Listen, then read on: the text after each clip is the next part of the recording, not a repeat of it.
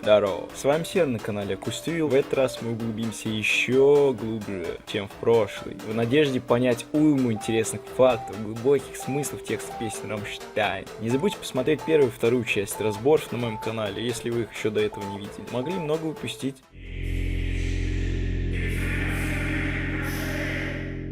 Клип культовой немецкой группы Рамштайн и Швиль сразу вслед за самой песней, в которой перед слушателем ставится риторический вопрос «Сколько стоит мое слово, услышанное сытым обществом?», дает ответ на вопрос «Дорого». Эпатаж, трагедия, мрачные сводки новостей, написаны благодаря тебе. Основной смысл клипа заключен в мысли о действии, его силе и роли в обществе. Чтобы человек был услышан, он должен обратить на себя внимание слушателей, удержать его, заставить поверить и прислушаться к себе. Людям интересны только они сами, собственный успех и благополучие. Пока беда не коснется верхов общества, меньшинству вряд ли дадут право голоса. Значит, меньшинство, по мнению участников группы, должно заставить увидеть и услышать себя, пусть даже для этого надо пожертвовать жизнями и судьбами людей.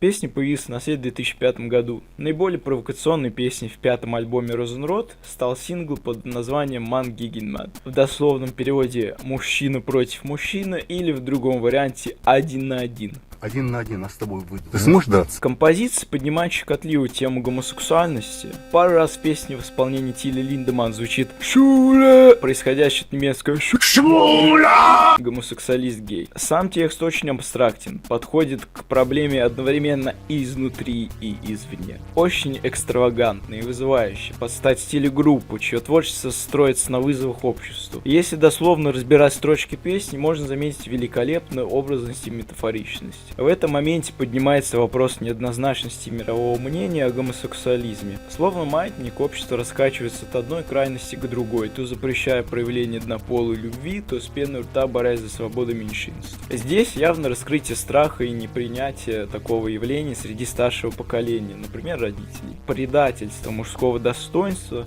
также схоже с барьером, мешающим многими мыслить критически и толерантно относиться к выбору каждого человека. В припеве добавлено в комическом свете устоявшееся выражение «рыбак рыбака видит издалека», что преображает песню и не делает ее нравоучительной, а скорее безучастно повествовательной. Особенно подчеркивает остроту вопроса, задаваемого в песне, видеоклип выпущен в феврале 2006 года. Йонас Окерлунд смог визуализировать наиболее точно ту идею, которая вкладывалась в текст автором. В сценах показываются ноги и мужские тела. Сами участники группы также обнажены и присутствуют лишь детали БДСМ снаряжения. Латекс, ремни, шпильки. Ну, в общем, все, что любят пацаны. Действие находится на грани между имитацией оргии и борьбы. В конце вокалист превращается в темного демона похоти, которым поклоняется голый мужчина. В кульминации все превращается в сражение, а сущность сходит с ума и рвет на себе волосы.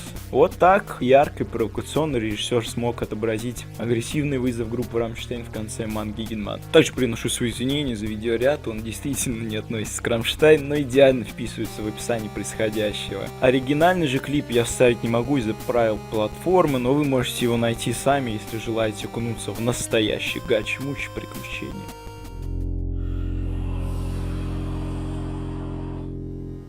Интересная песня, полна аллегорий и сравнений. Одни видят в этой композиции оскорбительное отношение к столице нашей страны, либо специально переводили так с целью очернить коллектив. Другие вспоминают, что участники набегами жили регулярно в Москве. Самое интересное тут первая строка. В ней город сравнивают с блудницей, поэтому и начинают приводить с этой мыслью, что группа оскорбляет Москву. Многие музыканты коллектива жили в этом городе, да и не один раз. Тут скорее говорится, что этот город то был столицей, то не был. Отсюда менялось только владельцев и власти. Словно много клиентов, а ей уже все равно. Тут имеется в виду Красная площадь или символы коммунизма. Есть версия, что это про постройки из красного камня, кирпича. Тут строка, в которой говорится про многочисленные золотые купола в столице государства. Сам город сравнивается с девушкой, отсюда и сравнение. А вот это про речь на нашем языке, который звучит красиво для иностранцев. Как для нас, разные иностранные языки на слух. Последние три строчки о том, что в Москве все дорого и платить надо за все. Окончается первый куплет тем, что город не дает отдохнуть. Как известно, Москва никогда не спит. Основной припев говорит о мавзолее, где хранится Ленин, как символ пионерии, который был всем чем угодно. Отсюда и песни ему поют. Бесконечный ремонт старых зданий и реноваций, строится и строится, все краше и краше. Но несмотря на красоту, за деньги для тебя станцуют в любом городе. Так что если не брать в расчет статус города, то за деньги можно тут все. У Рамштайн к Москве особенное отношение, о чем знают многие фанаты. В этом городе у них, по словам Рихарда Круспе, много друзей. К тому же многое там напоминает о восточно-германском прошлом. Взгляд из Москвы сегодняшнего дня на самих себя. Вот идея, которая у них появилась. Рамштайн решили записать ее с какой-нибудь известной группой российской. Предполагалось, что эта песня будет записываться с Тату, но вести с ними переговоры было крайне сложно. У них было 5 менеджеров, и с каждым отдельно приходилось буквально биться. Ребята помучились 2 месяца, но условия, предложенные Рамштайн, группу Тату не устраивали, после чего был устроен тендер среди русскоязычных девичьих групп. В нем в том числе участвовала группа Reflex, но победу одержала другая певица Виктория Ферш, чей голос мы можем слышать в композиции.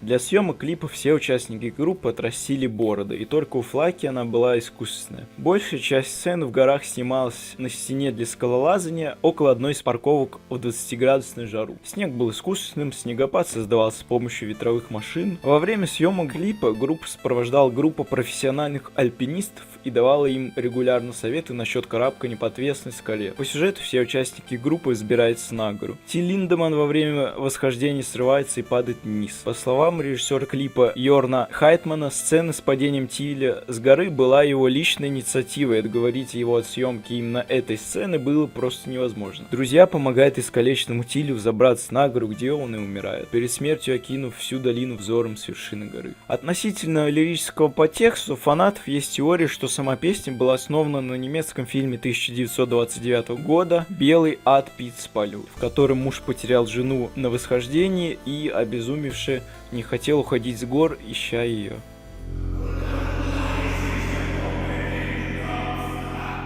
Самые необычные и мощные песни из альбома «Рамштайн» 2019 года. Своеобразная песня-рассказ с жуткими во всех смыслах вокалом Тиля Линдеманна. Подобных песен еще у Рамштайн не было. Некоторые уже считают ее шедевром хоррор-музыки. Давайте попробуем вкратце разобрать смысл песни. Итак, ребенку сестра уделяет недостаточно внимания. Судя по всему, она работает жрицей любви. Об этом нам подсказывает красный свет в ее комнате. Красные фонари для обозначения слуг проституток впервые появились в Амстердаме. Также имеются и косвенные намеки на ее занятия. К ней ходят гости, иногда даже по двое, она кричит и так далее. В целом, если вы читали текст этой песни, я думаю, вы сами догадались о наклонностях сестры и о ее ремесле. Вся эта хоррор-сказка усиливает акцент на том, что ребенок вымещает накопленное разочарование на своей игрушке. Недостаточно внимания детям или людям в целом вообще, за которым могут следовать негативные последствия для психики. Вот основной смысл песни. Ребят, не хотите у меня потусить? Нет, спасибо. Да, может, в другой раз. У людей бывает так мало желания общаться и дарить детям внимание, что ребенок, забирая свои переживания и проблемы в себе, зачастую превращаясь в садиста, в преступника или просто оставаясь человеком с искалеченной психикой. То, как песня исполнена, плавные переливы музыки с мощным взрывом круто передают эмоциональное состояние страдающего человека. Все спокойно. Внешне все очень спокойно, но напряжение вырастает и происходит выброс эмоций. Интересно, что с анонсом обложки и остальных трек-листов на различных сайтах начали продавать специальную версию альбома. Также в апреле было опубликовано фото компакт-диска и буклета, раскрытого на странице с песней Пупы. А сама песня вместе со всем альбомом была слита в сеть за 2 дня до премьеры.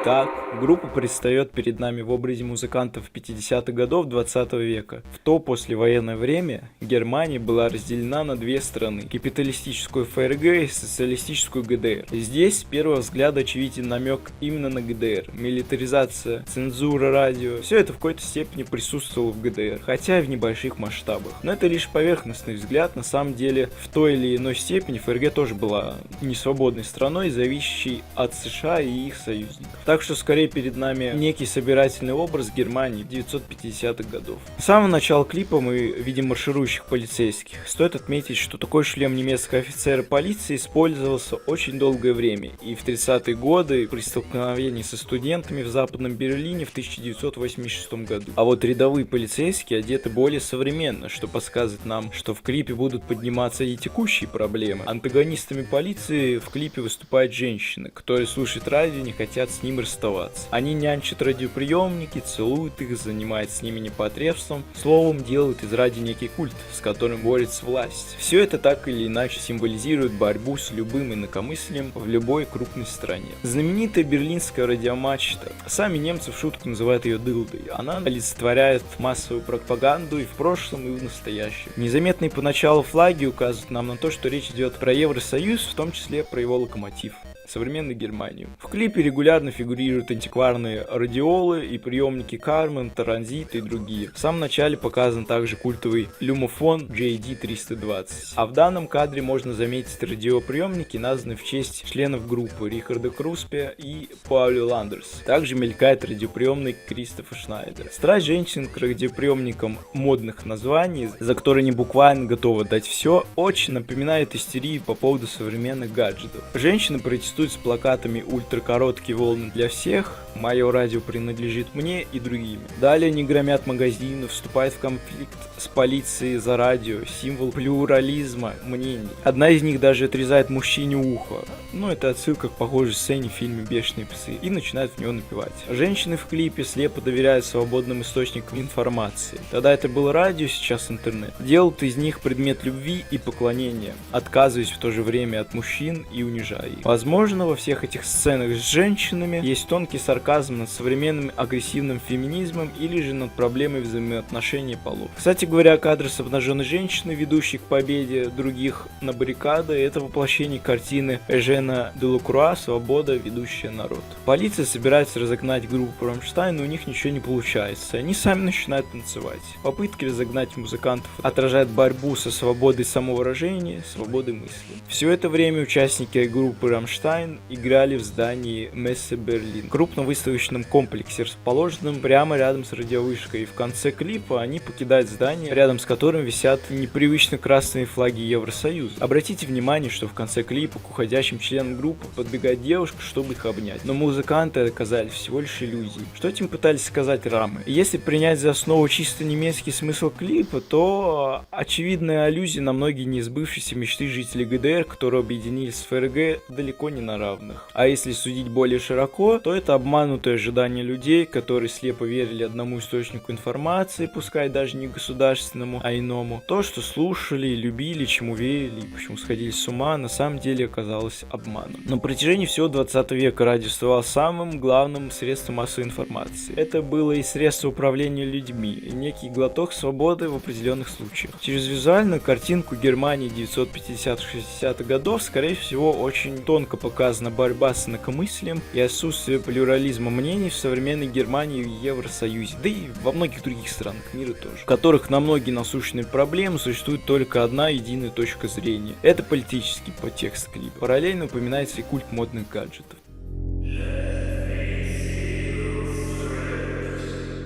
Песня является кавером на песню группы Depeche Mode. Участники Depeche Mode оценили кавер Рамштайн и выпустили его на сборнике каверов на свои песни. В оригинале в припеве поется «Let me see you stripped down to the bone», но Тиль не мог выговорить эту строчку. Что это за слово? Из-за чего он решил немного изменить текст, убрав «down to the bone». Созданный в том же году видеоклип представляет собой подборку кадров документального фильма «Олимпия» о проведении Берлинской летней Олимпиады 1936 года, режиссером которого стала небезызвестная Лени Рифеншталь. Ее фильмы считаются пропагандой нацизма и поэтому были запрещены к показу, а в России они были продемонстрированы широкой публике лишь в 2002 году. В самом клипе группа не появляется ни разу, а случилось это по одной причине. Режиссер Филипп Штольц, которого наняли для постановки клипа на песню Рамштайн, сделал нарезку с фильма «Олимпия», чтобы показать группе свое видение на песню и показать эстетику того, что сам режиссер хотел сделать в самом клипе вместе с группой. Но когда группа Рамштайн впервые увидела этот материал, они решили взять оригинальные кадры из фильма и ничего более не снимать. Итак,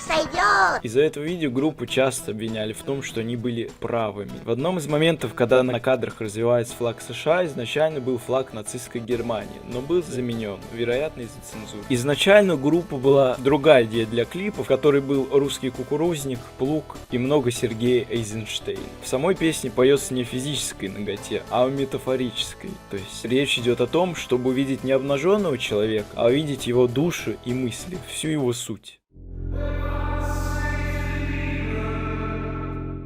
В песне использована музыкальная тема, которая уже звучала в творчестве группы. Судя по всему, Рамштайн уже давно вынашивали этот замысел, но каждый раз результат не соответствовал первоначальной задумке. Песня откладывалась до очередного альбома. Возможно, это самый выстраданный трек из всего альбома Рамштайн. Сама песня о фатализме и боязни жизни, выдаваемый за трезвый и рациональный взгляд на мир. Все, что я люблю, умрет. Тема постоянной недосказанности, глубинного внутреннего страха, живущего в каждом из нас, сама по себе чрезвычайно тонкая и требует для ее изложения особой щепетильности в выборе слов и образов. Одно неловкое высказывание, и человек закрывается, отказывается выпускать свою душу и посторонние идеи и мысли. Также иной версией является то, что песня отсылает нас к популярной точке зрения, что современный сверхчеловек должен освободить свое сознание от оков нерациональных чувств, в числе которых оказывается и любовь. Демо-версия песни была записана для альбома Либесферальда в 2008 году, но в 2012 году она была слита в сеть вместе с другими демо-записями. Однако демо-версия очень отличалась от нынешней версии.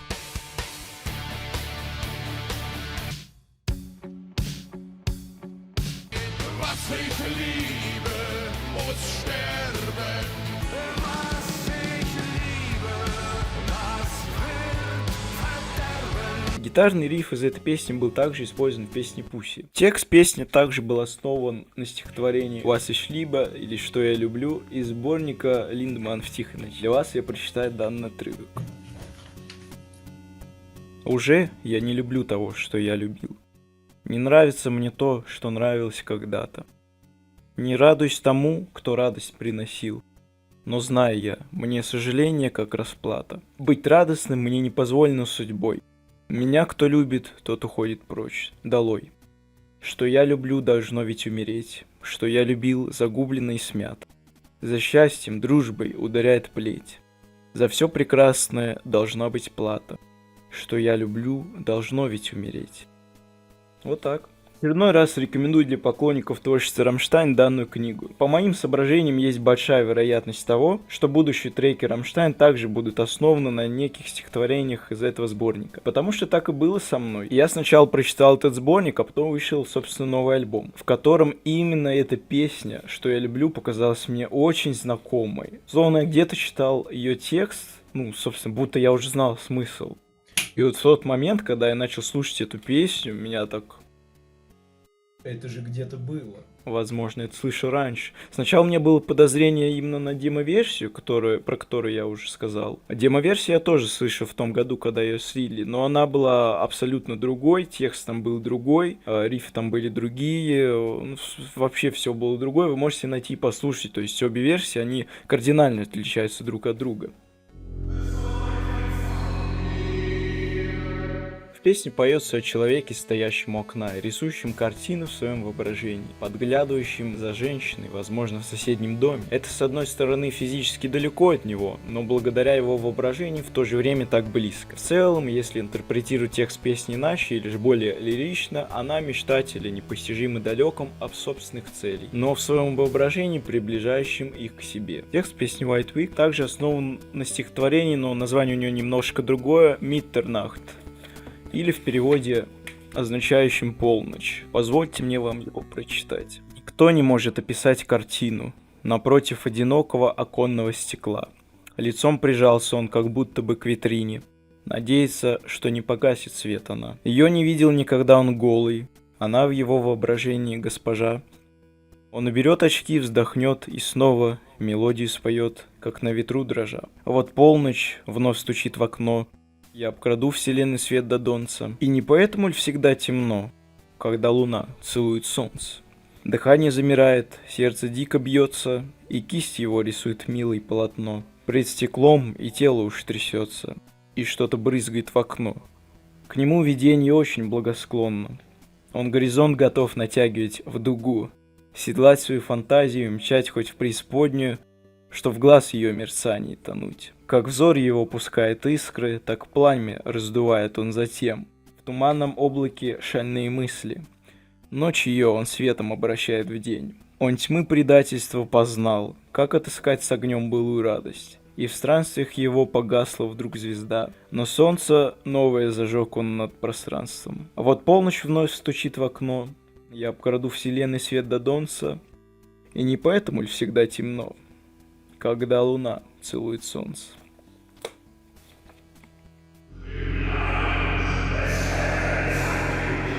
Критика современной церкви и ее лицемерия и двойных стандартов. Намеки на то, что в погоне за выполнением религиозных обрядов люди забывают о самом Боге. Посыл песни однозначен – обличение лицемерных церковников. «Откройся», говорится в песне, с призывом нечестных священнослужителей признаться в своих грехах, а не делать вид, будто они прощают чужие. Несколько раз произносятся слова на измененном церковном латинском, намекающие нам на то, что церковь для своей выгоды искажает суть христианского учения. Кстати, партии хора для этой песни были записаны в Минске. Слова вначале написаны с умышленными ошибками. Crucifixus, типа распятый, extrospection, экстроспекция, люмен свет, exmustamus и murisuria реальными словами не является. Возможно, это отсылка к чему-то. В очередной раз выражаю каждому зрителю свою благодарность, особенно за лайки и комментарии, которые продвигают эти видео в массы фанатов группы Rammstein. Надеюсь, вам оно понравилось, и мои старания принесли вам что-то полезное. До скорых встреч!